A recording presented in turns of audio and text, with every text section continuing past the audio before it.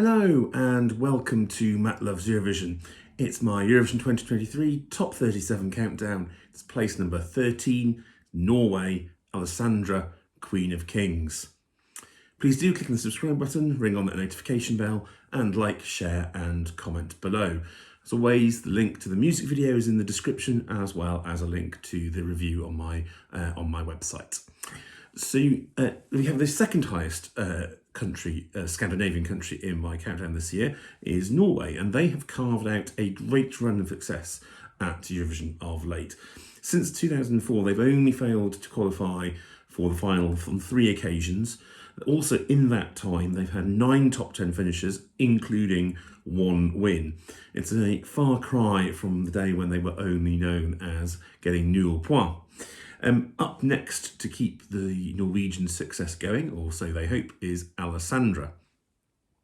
Now, Alessandra Mele is, as you probably can guess from the name, she's actually half Italian. Her father's Italian, her mother is Norwegian. And she's actually lived almost all her life in Italy. She only moved to Norway a couple of years ago. She took part in Norway's The Voice last year in 2022. And then this year she entered Melody Grand Prix, which is the Norwegian national selection, the very long-running national selection. Queen of Kings was the song that she entered with. It's a song which she co-wrote and she co-composed.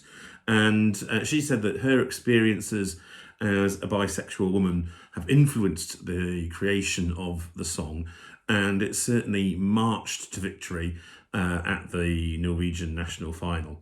It's a big anthemic Nordic pop EDM track, and it's all very gloriously Eurovision.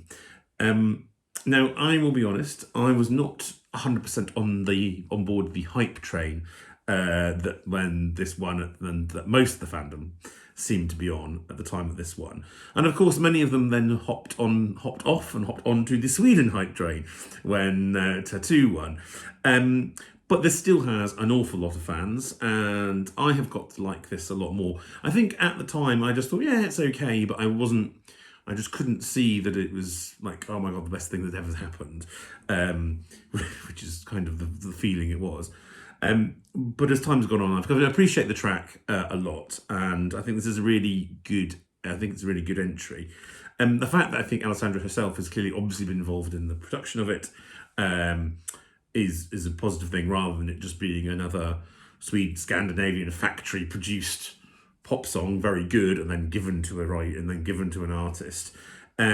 She seems to be quite a fun character from the various pre-parties, etc., and just from her persona on stage. And I think that's kind of all won me over, kind of in the intervening time since the national final. This will be the very first song of Eurovision 2023. It opens the semi-final, the first semi-final, which is always a real honour and a sign of confidence from the producers. It doesn't always guarantee qualification by any means, though. It's not necessarily the one of the best qualifying spots. I don't think we need to worry about Alessandra not qualifying there, unless she has some Ranella-style disaster with the staging, which I think is extremely unlikely. This will comfortably get to the final and could well have an impact on the overall winner. Before I get to talk a bit about that, one thing, there was a couple of concerns from her live performance. She did a lot of she used auto-tune in the Norwegian national final, which is something they allowed. That is not allowed in the main Eurovision final, although you can have pre-recorded backing vocals. And she had a live performance that perhaps wasn't quite so hot at one or two of the pre-parties, but I think I'm not sure that was a blip, because when I saw her at London Eurovision, she was absolutely fine. I think she was just probably having a bit of a party time at some of the other ones, I think. So no, I don't think there's anything to worry about on the live vocal and the live performance. I think in terms of the impact that this can have, I think she may have an outside chance of the win.